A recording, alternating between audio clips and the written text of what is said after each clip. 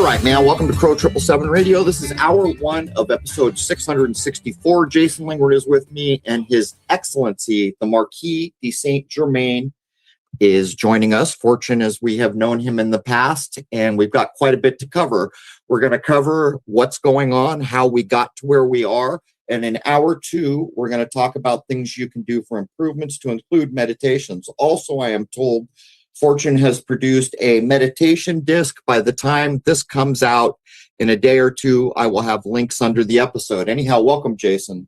And a rather cool good morning. And welcome, Fortune. How are you? From the Golden Castle, at the end of the world, where the rainbow begins. In honor of the new year and all of you, my dear friends, I bring you alchemy, infinity, and miracles. Hey, it's so great to have you back again, Fortune. Thank you for joining us. And it's great that we're all here in the halls of Morris High School once again for another learning session. Actually, we're in the halls of eternity right now. Bigger and better than Morris High School are the halls of eternity, where the real alchemists dwell. So before we jump in here, Jason, is there anything you'd like to bring up or cover before we get into the main flow here? Well, this should be a very important episode for those wanting to know how things might be going down in this new year and what you can do to help yourself and others coming up. So before we jump in to the notes that we've got together for all this, is there anything you'd like to say? No. Okay. Well, there it is. And to remind everybody, there will be a link to Fortune's new meditation disc, probably in the description. It will be available in the blog, the description, and that's probably it. So, Fortune, we're going to talk about first here how we got to this year, 2026. And actually, I'm just going to throw it to you. Go ahead. We begin with the great invocation, everyone. So we say thank you for your priceless, miraculous, and infinite blessings and gifts. We bless Mother Earth and all life with divine alchemy, infinity, and miracles. This is what it is, and infinitely more. We surrender in aspiring love, faith, and joy. 2026 is a critical year. Therefore, know your mission, meaning know what you want and where you want to be. And we begin with part one, how we got here. The subtitle is While the World Was Busy Being Busy. Post-World War II, you were sold the American dream, which was a post-World War II invention and a marketing ploy. It was also a blip and an anomaly on the radar. They got you to buy homes, college education, cars, built-in obsolescence, and to get you in debt permanently so that you could owe your soul to the company store. They found a way to do it. Before World War II, let me remind everyone, like all of history before that, you worked until you died or became ill, and then your family took care of you. So one of the things that made the 50s and most of the 60s, that great golden time that does not exist anymore, was there was no competition. Japan, England, and Germany, their industries were destroyed during the war. So America was the only country online for almost 20 years or a little more that was doing any business and providing the world. We had an export surplus. So Japan, England, and Germany started coming back online in the late 60s and early 70s. And people used to laugh when they saw something made in Japan because it meant junk. Plus, during the 50s and 60s, the government spending to build infrastructure and the military was also boosting up the economy tremendously. There was the Bretton Woods Agreement, which made the U.S. the reserve currency. And that worked as long as there was a trade surplus, meaning America was exporting and was importing very little. All of this, as I said, was a blip on the radar. It was a momentary anomaly. And now we're going back to what always has been for most of history. So those 20 or 25 golden years that we knew are actually never coming back. And it only happened accidentally because things came together at a certain time. So just remember, life and living was and has been pre-World War II, transgenerational and cooperative. The home, those people who did own homes, they lived transgenerationally, and the homes were passed down through the generations. You know, in this day and age, Fortune, you can see the marketing behind what you're saying in film and TV. It's like the butt of a joke if you're 18 years old and you haven't moved and gotten away from your parents, which fits right in as a marketing ploy, doesn't it? Well, they're going to the 50-year mortgage now, and they're going to go to something like, I think it's a 15-year car loan to pay off, because most people are going to have problems with the 30-year mortgage, which is a scam anyway, because by the time you finish paying your mortgage out over 30 years, you're paying 3 times what you bought the house for. And on top of that, you're not taking into account your yearly property taxes, insurance, what it costs to fix up the house, cars, gasoline for the cars, heating, electricity, water, and other miscellaneous things, car insurance as well. So all of these things came about post-World War II as the great marketing ploy. Now, we go to something that's very, very interesting. We go to the McCarthy. It's not the McCarthy era, because you see, McCarthy was in the Senate. The House of Un-American Activities was in the House of Representatives. So McCarthy's Senate hearings were Army-Navy hearings, and they were mainly on communist infiltration in the Navy. This is very, very important, because 3 people came to McCarthy. One was from the FBI, one was from the military, and one was from the CIA, and they presented him with evidence. Now, on that hearing, JFK was a senator. Robert F. Kennedy was junior counsel to Roy Cohn, and the head of the committee was a man named Senator Munt, who was a fan of McCarthy and never denounced him. They reviled McCarthy because what McCarthy stumbled on from the help of these 3 people who gave him the information, he didn't know what to call it. He stumbled on the New World Order, which was coming out of the United Nations. And let me remind you again, most of the people that were Americans that helped set up the United Nations went to jail for treason. So McCarthy happened on this, and Robert Kennedy Jr., his sister, Kathleen, Senator McCarthy, was her godfather. So what the Kennedys found while they were on that hearing haunted them, and they brought all of this information into the White House with them. He did find something, because there was something there. He just did not know what to call it.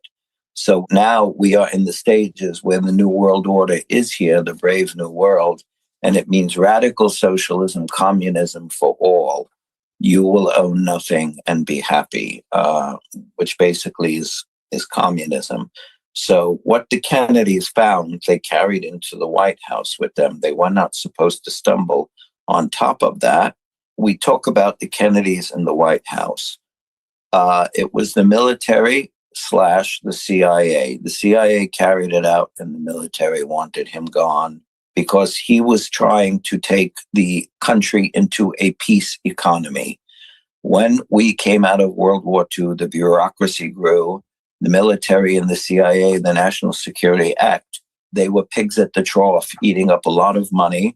And Kennedy wanted to take the country to a peacetime economy. He wanted to end the Cold War. He did not get involved. He backed off in the Cuban Missile Crisis, where, because we had put in missiles on the border of Turkey near Georgia, they wanted to teach us a lesson by seeing how we liked it if they put missiles right on our borders.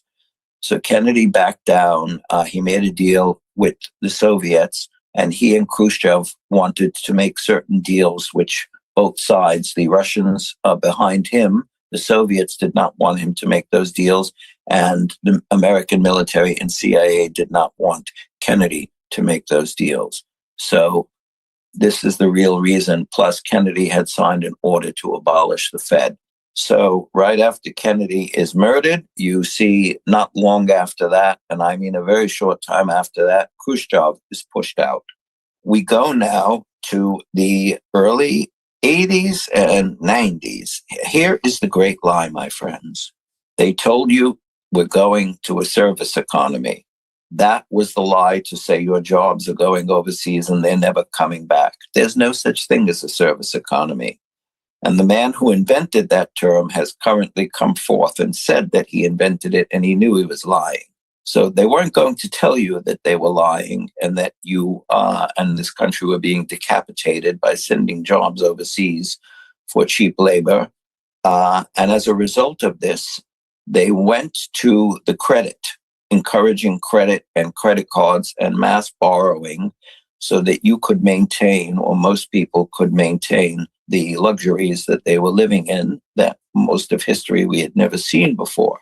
Now, as things are collapsing in on themselves, most people are using credit for the necessities. Fortune, not to interrupt, but that happened when I was in my 20s.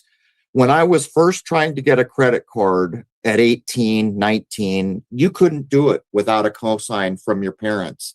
And your parents had to be solid to cosign. But by the time I was in my young 20s, the credit card companies were starting to set up outside the colleges and hand out the credit to everybody. Well, like I said, how we got here, while the world was busy being busy, and that meant nobody was paying attention, they were at the top. They knew what they were doing. Just most people couldn't see it, or didn't have the time to see it, or didn't want to see it. So this is where we are now. Now, in 1985, a structural analysis is done of the World Trade Centers, because all buildings must pass inspection, just like bridges. And around 1985, a structural analysis was done of the Twin Towers, and it was found that the steel frame at the bottom was fatiguing and that the building would have to come down somewhere by 2005. And nothing of that size had ever been taken down before, and it would have been too costly to take down in the usual way. And a building like that, two buildings right next to each other, next to many, many other buildings, in a usual implosion would have been impossible. So we come to the 2001 World Trade Center attack, and there were many, many other aspects of what went on there, how it was done, who did it. There were many hands in it.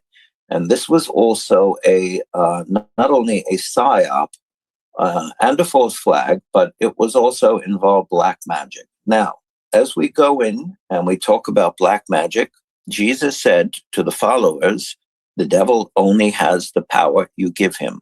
So, who God has blessed me, no man curse. This magic does not affect people who are spiritual and are strongly entrenched on the path. It only affects people who buy into it. And that's going to lead us in the second part into what you can do in 2026 to repel all of that is coming in the very, very raucous year ahead.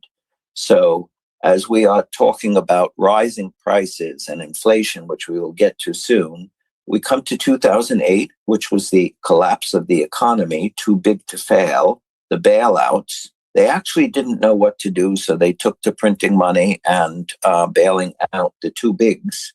And that was, by the way, your money. And then 2020 comes, COVID. That was a cover for the collapsing economy. It was a psyop. It was a dark spell, as you remember Donald Trump saying, this dark spell we're under. It was an obedience test. It was an IQ test as well, by the way, which many, many people or most of the world failed.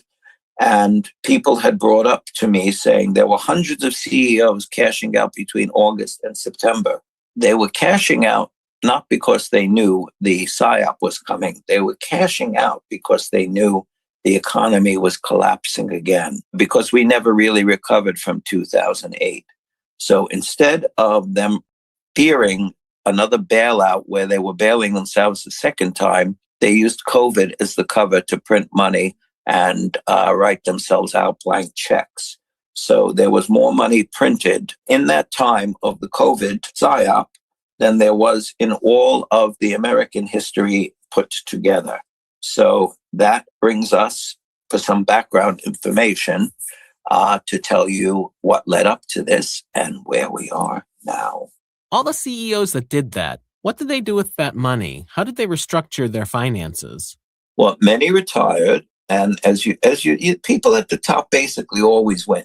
So if you go on YouTube and the internet, and they have some great shorts that are like 10 to 15 minutes, and they tell you what really happened in the stock market crash and how the people at the top, most of them had protected themselves, and many of them had sold before it even happened.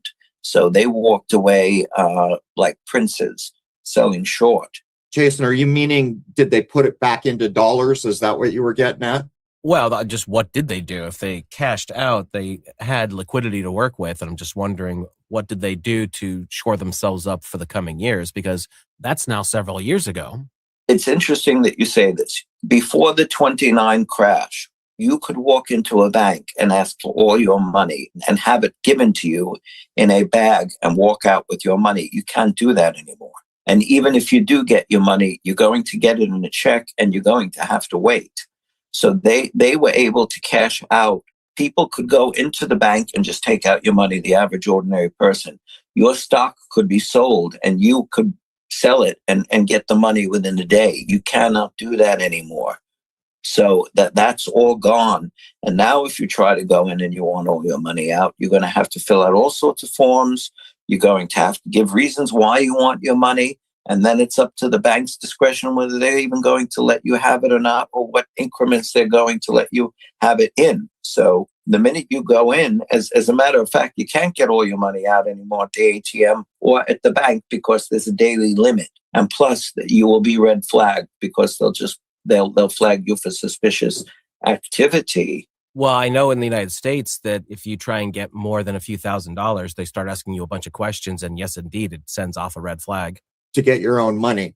Well, something that everyone's missing. Under the Obama administration, they changed the banking laws. So if you read the banking laws, the minute you deposit that money in the bank, it's not your money anymore. You become a creditor. So the minute that money goes in the bank, you are a creditor to the bank. It's not your money. So, Fortune, is this a good place to ask a few questions about what you've covered so far? Ask anything you want, my friend.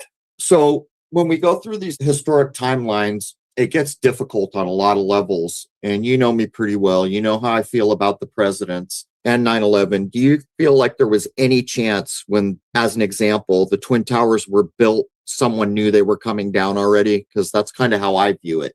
No, I don't. I don't think so. I actually don't see that. It started in 85 with the structural analysis, and then they were sold right before the attack to Larry Silverstein. And he went out and took out the largest insurance policy in history, which was so large, it took something like 10 to 20 insurance companies together. And plus, I have to tell you, the Twin Towers was built by the New York City Port Authority, and it was perpetually 50% empty. Doesn't that seem odd, though? That's one of the things that I was mentioning. To put up structures like that, if you were intending to have a real building with real use, one of the basic things you would do is try to get it full of businesses. When a building is built, you usually have to guarantee for yourself before building it that you're going to have at least 25% occupancy. Plus, that was built as a statement, just as the Empire State Building was built as a statement during the Depression to show it could be done. But when the Empire State Building opened, it was mostly empty because of the Depression, and it was a financial failure. In the long term, it was a financial success. But at the beginning, it was a financial failure that sat mostly empty. And it was built to just show as a symbol that we can go ahead and do things even in the Depression. So you pointed out that the UN was behind some of the things going on during the McCarthy era, as it's typically called. Do you feel like the first run, what was it, the League of Nations, was that a legitimate first run to get a UN-like establishment, but it failed? Correct, because there were too many people, senators and representatives, congressmen, who were pre-World War II people who knew about the Constitution and the old days and the old world, and everything had not become totally corrupt yet. So there were so many people that were alive. Remember, pre-World War II, our game change is World War I. everything changed after that. So from World War I till today, everything has been, every generation has fallen further and further. The 30s was a little bit, even though it was a tough time economically, most of the people alive grew up in a time of Victorian Edwardian values, which meant thrift, family, cohesiveness. So they returned when the great party ended, the carnival stopped in 29, the jazz era ended.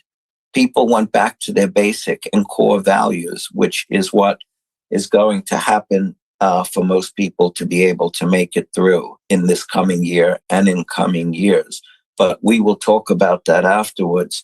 The problem is that most of the people today, where we are living now in the world we're living, are so spoiled, they just want the party to go on. Don't stop the carnival is the motto. And nobody wants to give an inch. Nobody wants to start scaling down. I don't see the depression. People moved in with each other. They took care of each other. I don't see that happening. All I see wherever I go is people screaming they want things to continue. And unfortunately, that's over. So I had a view, and I want to see if you agree. World War I was the massive change point from a respectable world to headed to where we are now. World War II was further anchoring and the shuffling of things. And I mark where the open push came at JFK. That's where I mark they're out in the light of day now and steaming forward, and it's going to come more so each decade that goes by, all the way up to 9/11. Do you agree with that assessment? JFK's problem was he thought he was the president.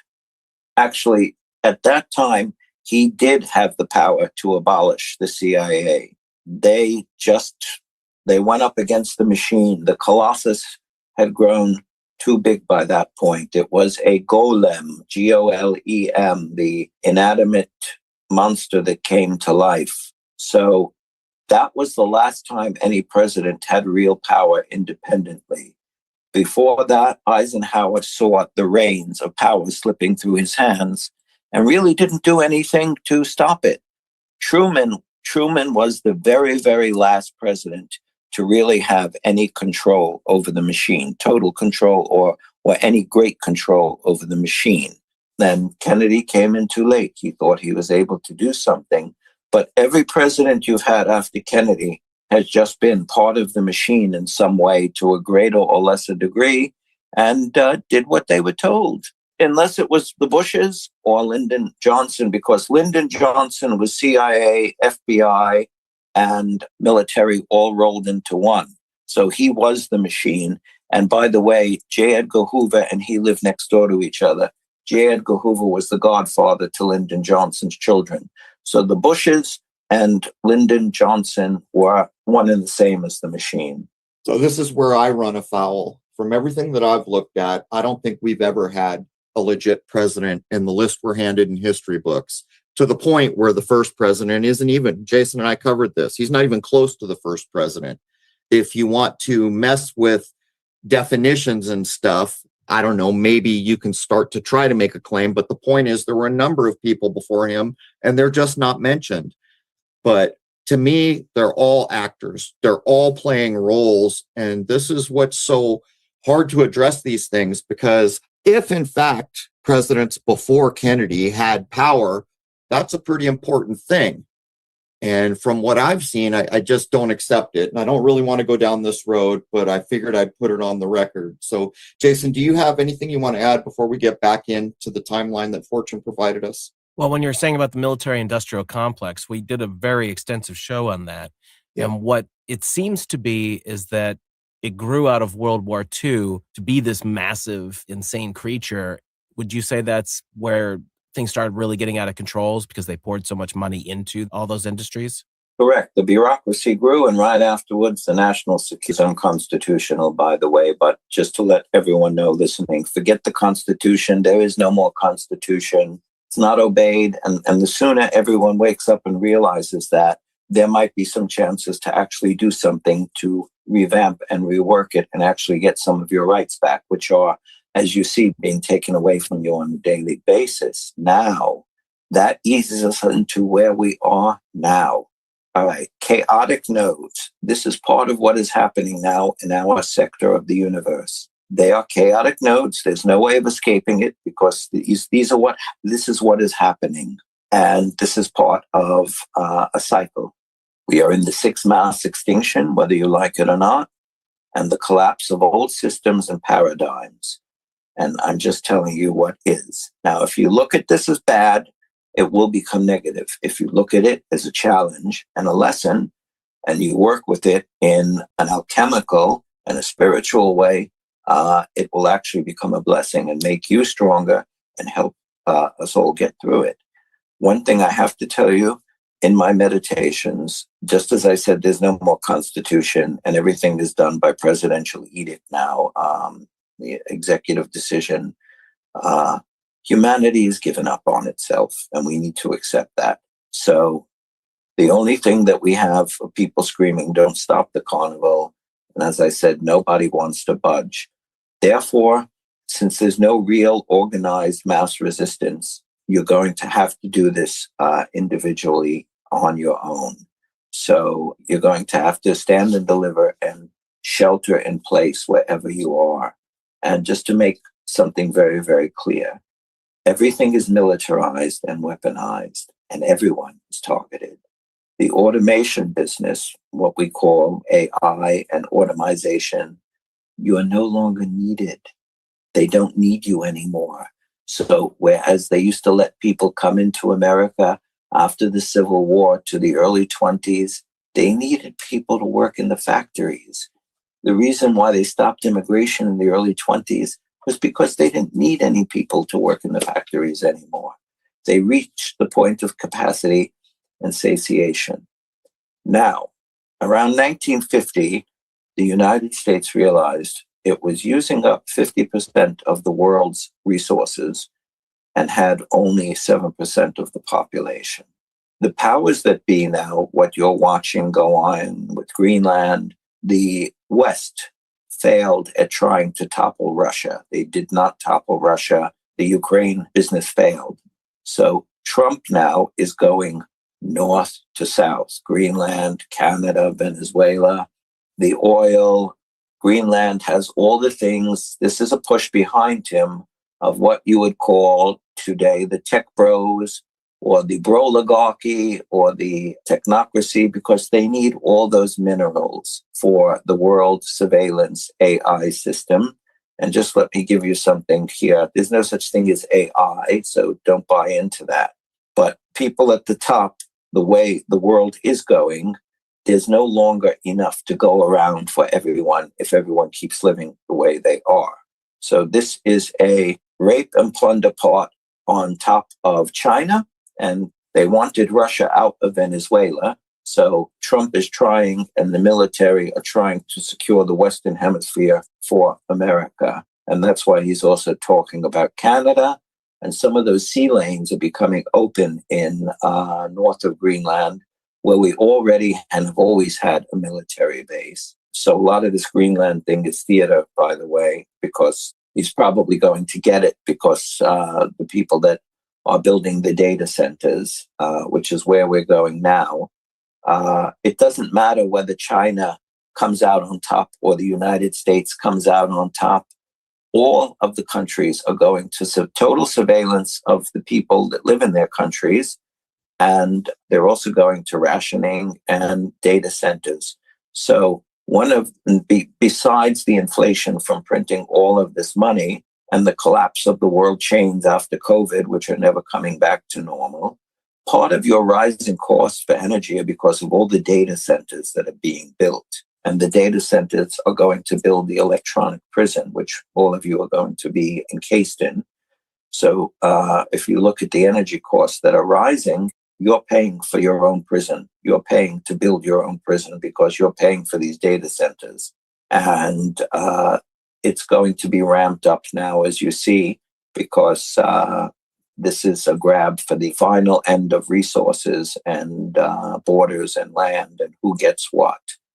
So you're likely going to see a war in the next few years, as they keep saying, get ready for war in Europe, the NATO countries. So, And who would that be a war between? it's either going to be against China. As you see, they're trying to ramp up the war with Iran in the Middle East. Israel has its goals. We have our goals. As I said, Trump knows we failed. We didn't win in the Ukraine. So that's why he's going to Greenland for the minerals. We couldn't knock Russia out. Russia is self-sufficient. Russia has no debt, by the way. They don't have a central bank. And I was recently watching some videos of Americans and Brits that went to Russia, and they're living there. And here's what I saw in the energy of Russia. I saw that Russia is on an upswing. Their culture and their economy are going up. The BRICS nations don't need the West anymore. They don't need the American dollar. So the BRICS nations can do without us, especially Russia. Russia is self-sufficient. So when I looked at the energy in St. Petersburg and Moscow, they're on an upswing. We are in the death throes. So when you see now the American government and the governments in Western Europe are turning against their own people, this is what Rome did at the end. The snake is eating its tail. The empire and the dying civilization is taking everything it can to keep living. And that is why they're turning against their own people. You know, wouldn't you consider that Greenland is like the biggest bellwether going, if for no other reason, perception, the idea that a president can just say, I want that country and then get it. I mean, if that actually goes down, the perception of the world will have changed, will it not? Well, like I said, while you were sleeping and while everyone was busy being busy, the 20th century looked a lot cleaner than the other centuries. All wars and all countries are involved in land grab, plunder, and resource grabs. Every country everywhere is playing the same game. Just some are much better at it than others. At the time of Rome, they were great at doing that. So they were smarter and quicker and more organized. The British Empire, the same thing. China ruled over most of Asia for 1,000 years. They want their empire back. They want their shipping lanes back, which are the busiest shipping lanes in the world, the Chinese South Seas, which the only thing keeping them open is the American Navy.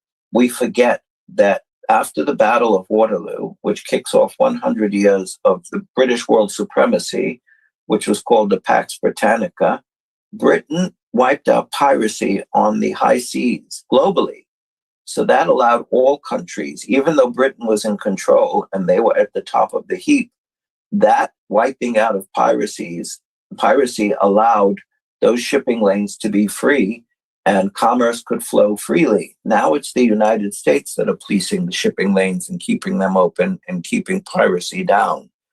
So good, bad, or ugly, this is just the way it is. And good, bad, or ugly, all countries have always engaged in wars over plunder and land grabs and resources. It's just becoming more fierce now because they're convinced that there's not enough to go around.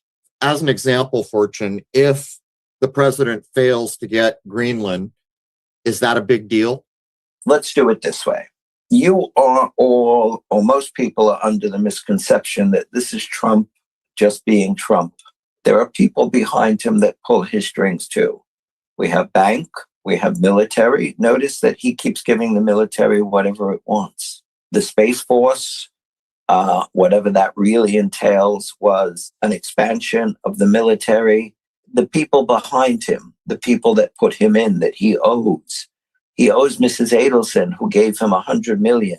So he has to go with the Israel lobby because Sheldon Adelson's widow was his biggest campaign donor. And when Sheldon Adelson, the king of Las Vegas, was alive before COVID, he gave also $100 million. He was Trump's biggest supporter. So you have to do the payback of the people who give to you. Uncle Sheldon was a small-time bookie from Boston. And then he became a big-time bookie in Las Vegas. Another one of Trump's biggest donors was Elon Musk. So Elon Musk got him in and helped him get in. So he owes the tech giants, the oligarchs, the technocracy. So when Elon Musk came in under the guise of Doge, of Department of Government Efficiency, which Elon Musk said was a failure, that was the biggest information scoop ever. And it had to do with taking information on all of the citizens of the United States. He didn't get to go into the military's files. He didn't get to go into the CIA. And he was told he couldn't have any information from NASA. So that is what led to the fight between Trump and Elon Musk, because he wasn't allowed to go in and do any information scoop in NASA. So you may think Trump is a wild man. These are the people behind Trump who are telling him what he has to do, the people that put him in. You have to pay back the people who put you in, you know? I agree. Absolutely. I think that they're not doing anything that they haven't already worked out, and they're pretty sure one way, hook or crook, that they'll succeed by the time it goes out over the media system. Anyhow, that brings us up to where we are going. We're going to a world surveillance system. Basically, they already have most of where we live, our sphere, they have it covered.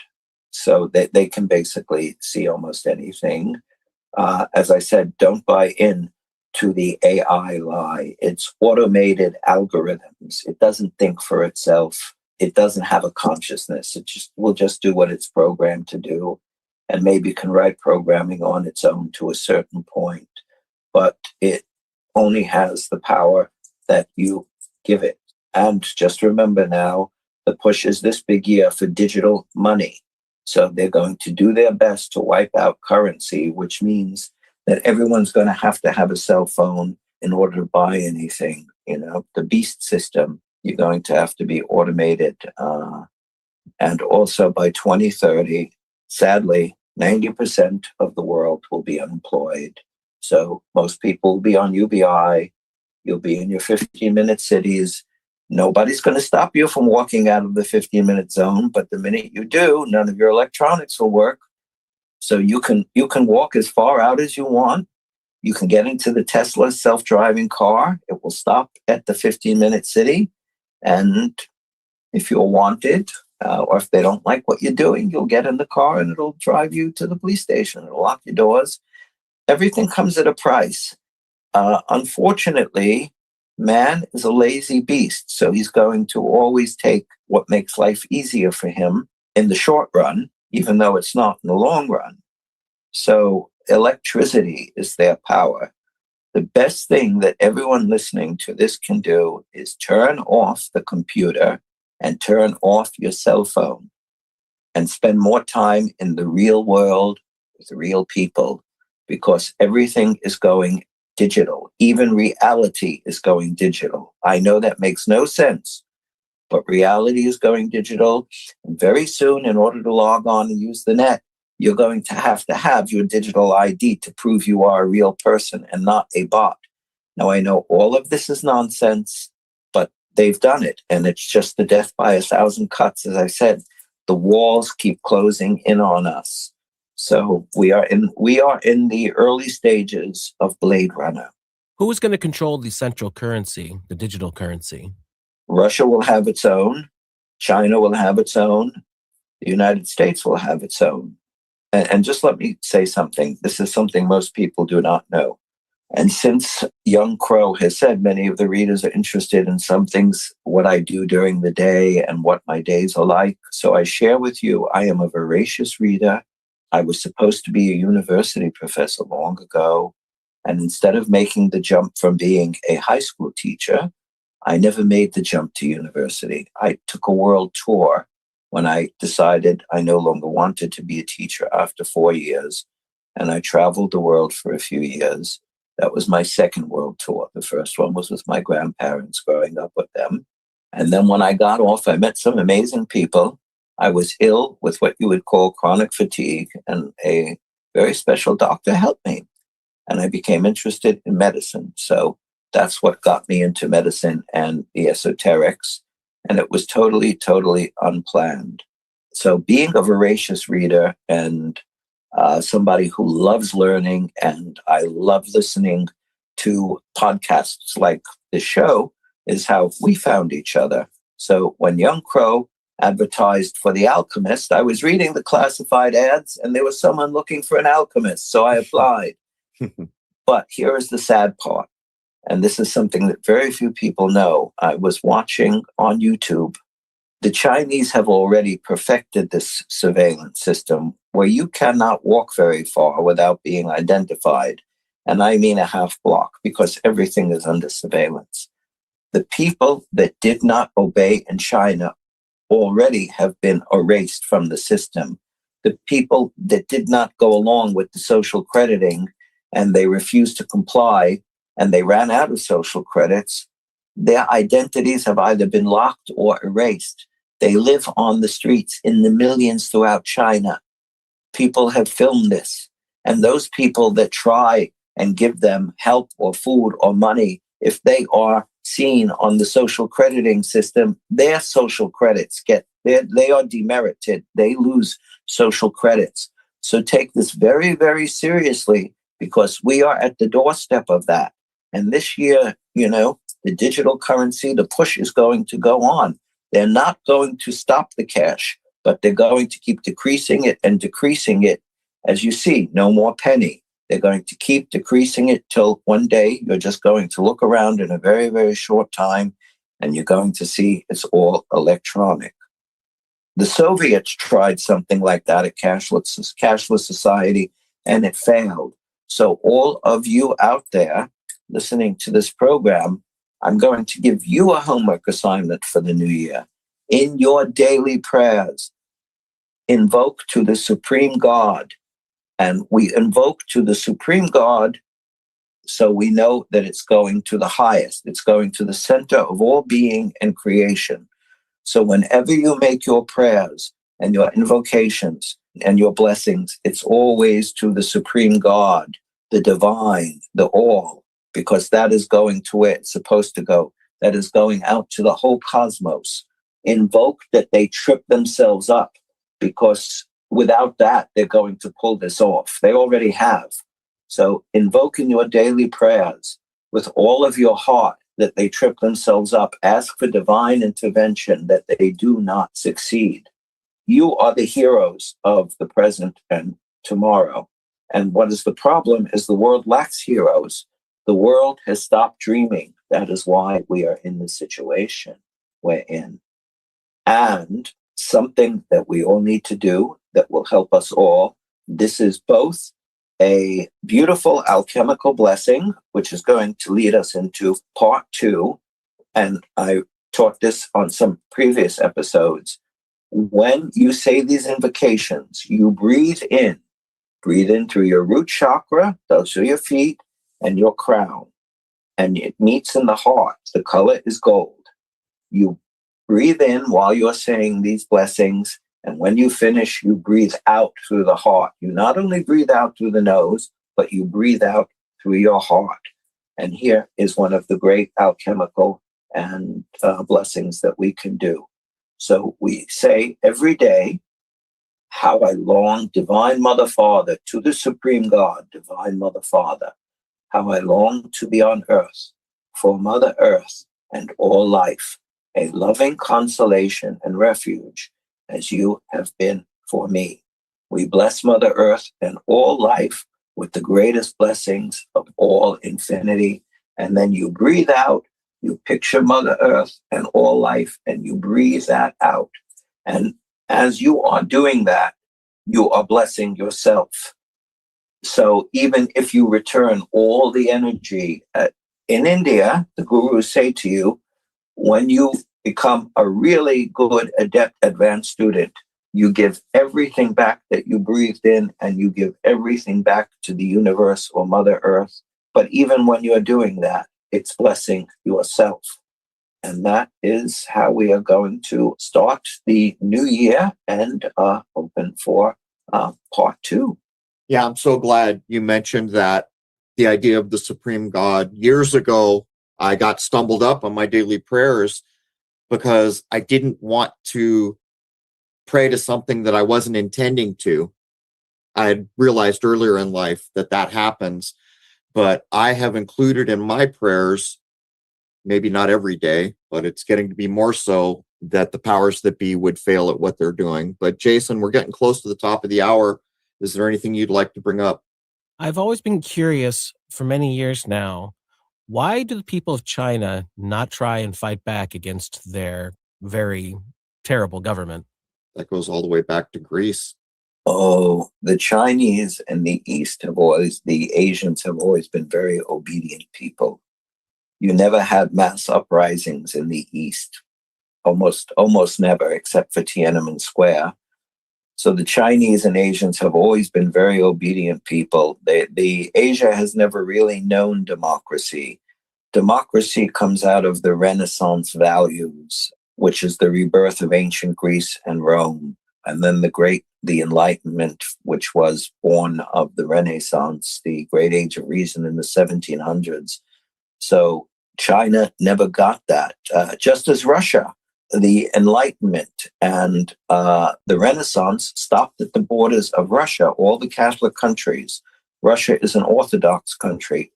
The Enlightenment and those values and the values of the Renaissance never made it to the Eastern Orthodoxy and Russia.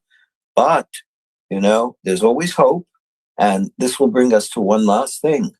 Because you are all being lied to from all sides, and also by a great deal of people on the internet who claim to be spiritual people or channelers or gurus. This is not a prison planet. You are not here to be punished. You should not think of this as a nightmare world or Blade Runner, because it's not that.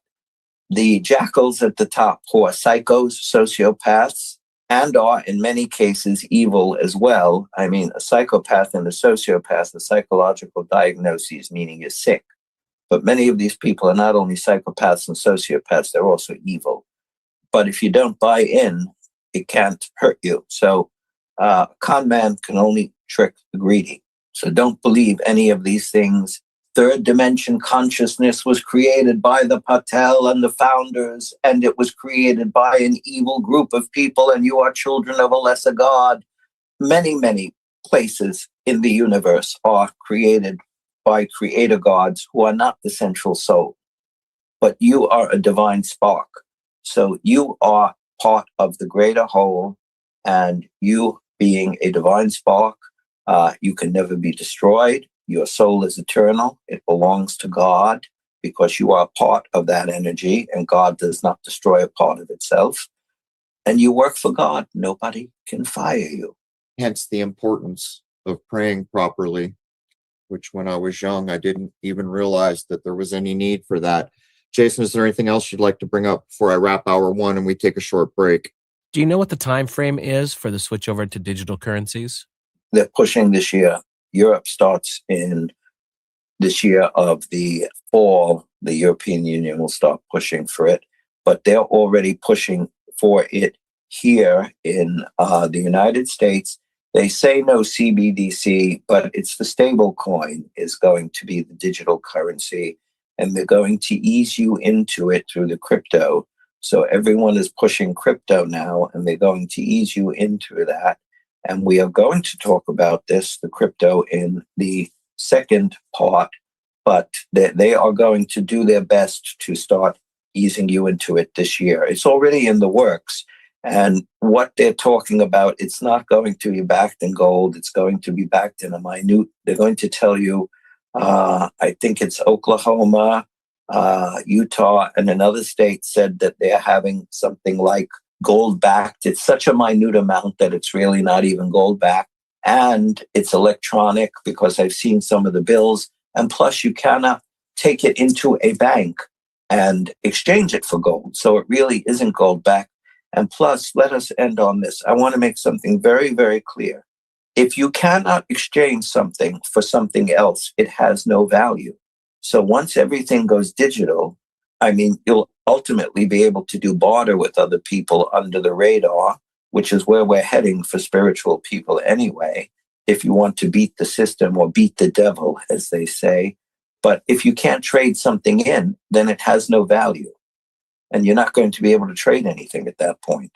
There won't be anything to trade your monthly digital credits for, and you will have to spend them. They will expire after about a month. So you'll have to spend whatever the UBI is, And you can forget all the Social Security and all of the other benefits. It's just going to be across the board UBI for everyone. And one of the sad things is right now is the younger people are waking up to the fact that those coming out of university or freshly out of university are never going to work again, or ever. It's almost impossible because work is drying up and they are just using the AI as an excuse to get rid of you. They don't want to pay you anymore. They don't want to pay you a living wage. And I know this is a bitter pill for everyone to swallow, but in order for us to do something about it, and there are methods, which we will discuss in part 2, that we can do about it, even if they do win on setting up the system, there are ways out. Like Moses with the Red Sea. He thought his back was against the wall, but he parted the Red Sea. So we're going to learn these alchemical methods in part 2. All right. I'll just reiterate, mind precedes all, and our minds help shape what we call the reality around us. And I pray every day that it will fail. And I hope that someday soon, many, many, many minds do so. This has been hour 1 of episode 664. Hour 1 is free to everybody at crow777radio.com. Members know to log in for the whole episode. Members get access to all the forums and comments sections. They get free access to the film, Shoot the Moon. They get access to all the solar work I've done and am doing, and that's exclusive to membership. With that, we're going to take a short break, come back for hour 2, and I hope to see everyone there logged in as a member. I'd like to wish you all a happy, healthy, and higher-minded new era. There it is, man. Cheers.